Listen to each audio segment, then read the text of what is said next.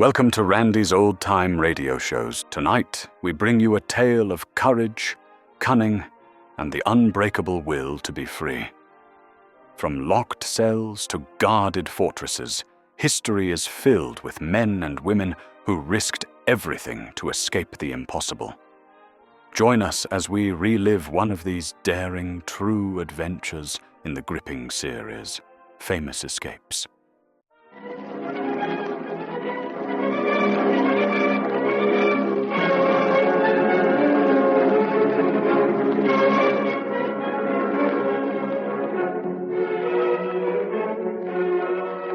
Famous Escapes.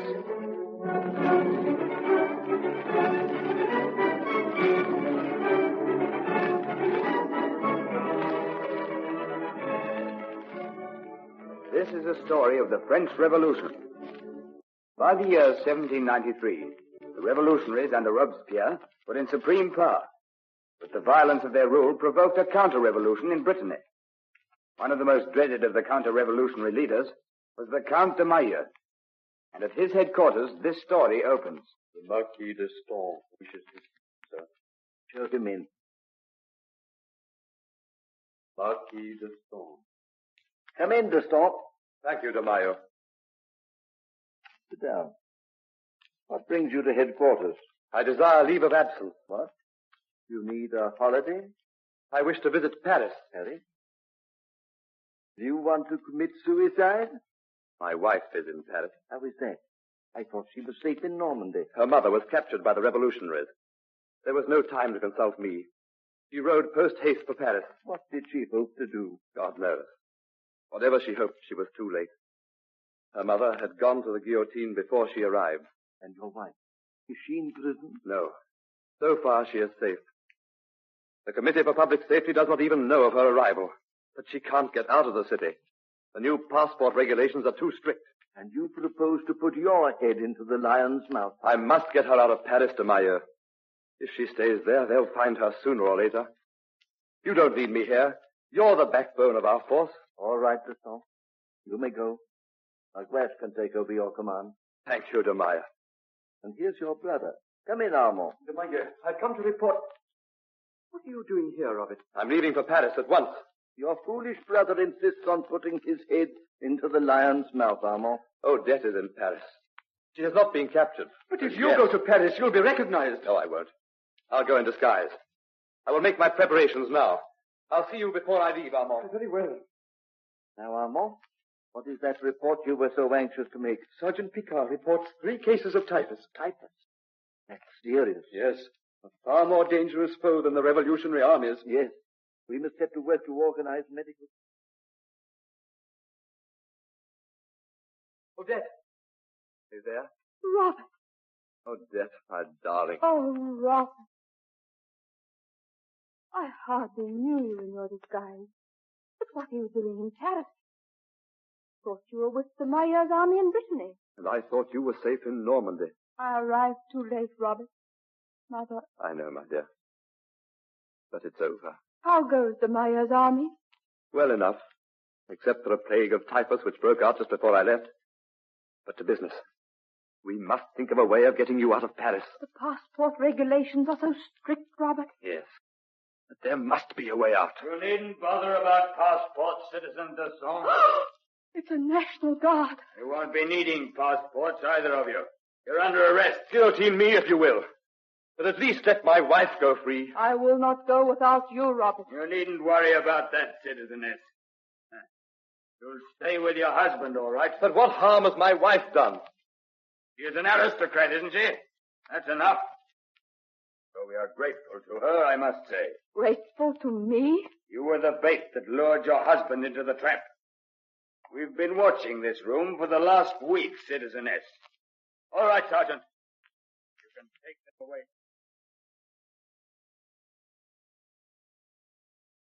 Citizen de Ston. Citizeness de Ston. You have been found guilty of conspiracy against the Republic. You are sentenced to die by the guillotine. Long live the Republic! Long live the Republic!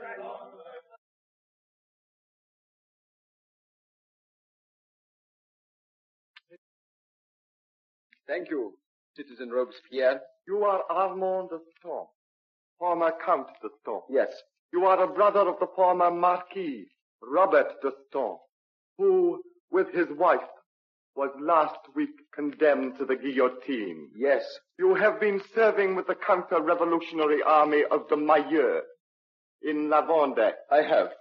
But I came to Paris with a safe conduct from the commander of the Republican army at Le Mans. If I were not aware of that, you would, before this, have been lodged in the conciergerie. Why were you granted this safe conduct? Because I have matters to discuss with you which affect the safety of the Republic. Well? And I heard last night that my brother and his wife had been condemned to the guillotine. I was at La Flèche. 120 miles away. You have ridden far and far. I have ridden to save my brother. How do you propose to do that? My brother and his wife do not constitute a real danger to your party. Not in themselves, perhaps. But they are part of a class which is a menace to the Republic.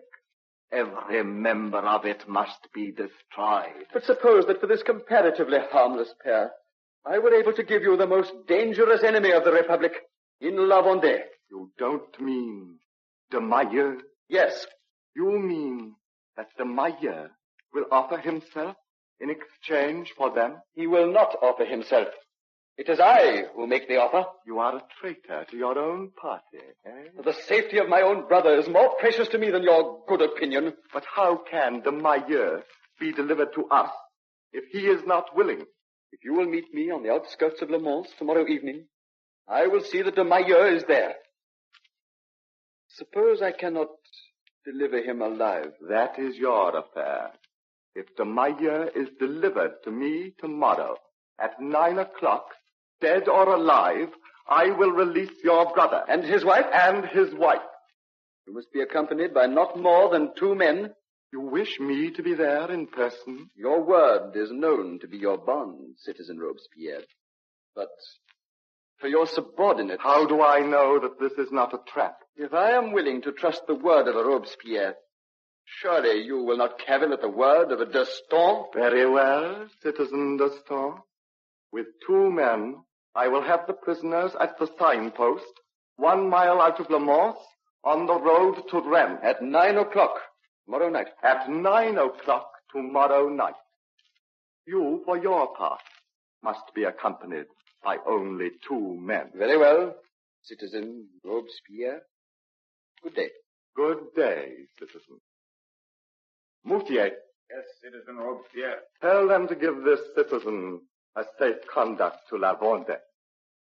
Give this citizen a safe conduct to La Vendée. It is a good bargain, citizen. A harmless pair for that tiger.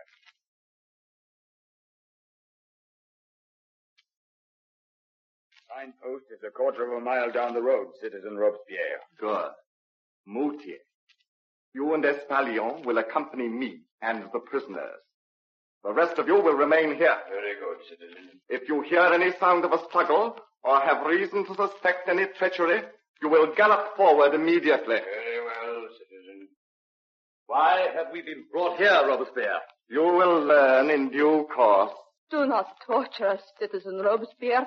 If we've been brought here to be put to death... You have not been brought here to be put to death. Are the prisoners tied to their saddles, Moutier? Yes, citizen.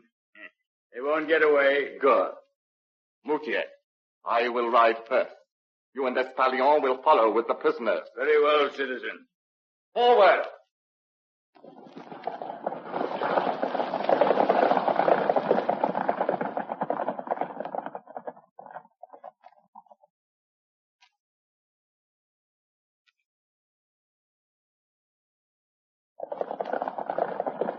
There is the signpost, Citizen Robespierre. Party, halt! Is that you, d'Estaing? Yes, Robespierre. Robert, it's Armand. Armand. Have no fear, Odette. You and Robert will soon be free. Where is de Maillot? He is in this cart. Is he tied up? Yes. Show him to me. Come around the back of the cart. See? There he is. Hold up your lantern, Moutier. Yeah. It's de Maillot, all right. He looks a queer color. You must have had some difficulty in inducing Citizen de Mailleur to accompany you. I need hardly tell you that my colleagues in the army would have prevented me from bringing him, had they known what was afoot. I dare say. He looks as though he's drugged. Did you drug him, Deston? What does it matter to you whether he's drugged or not? There he is. That is very true. Now, carry out your part of the bargain. Robespierre always keeps his word. Cut the prisoners free, Moutier. Very well, citizen. They're free now. Ride on, Deston. You have half an hour's grace before any attempt will be made to recapture you. Come, Robert, and you, Odette, ride. But what has happened? Have you exchanged us for de Mailleur? There's no time for talk. Robespierre might change his mind. Ride on. Ride like the wind.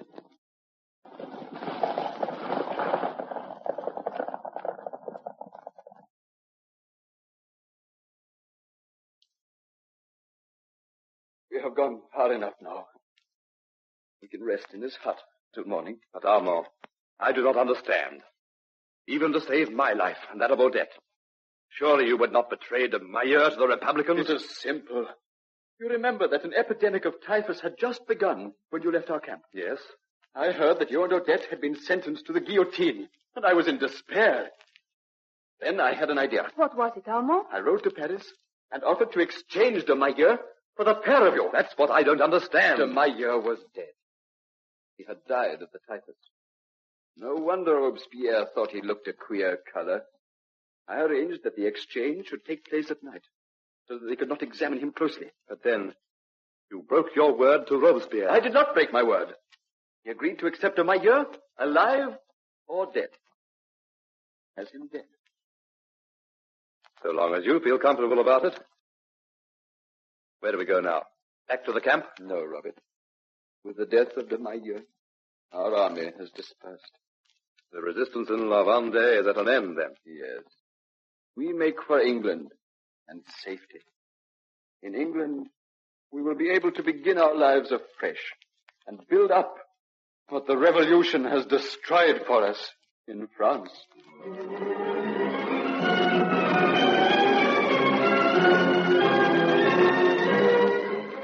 Armand, Robert, and Odette reached the coast safely and escaped to England in a Breton fishing boat.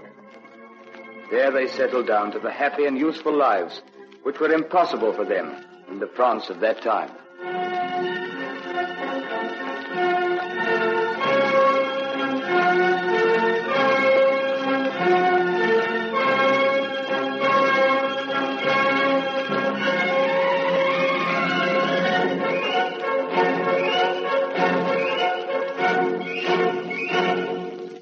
Well, folks, that's all for this episode here on Randy's Old Time Radio Shows. Now, bringing these golden oldies back to life takes no small amount of time and effort from our good friend Randy, cleaning up the audio, converting the files, and making sure each show has the best audio possible.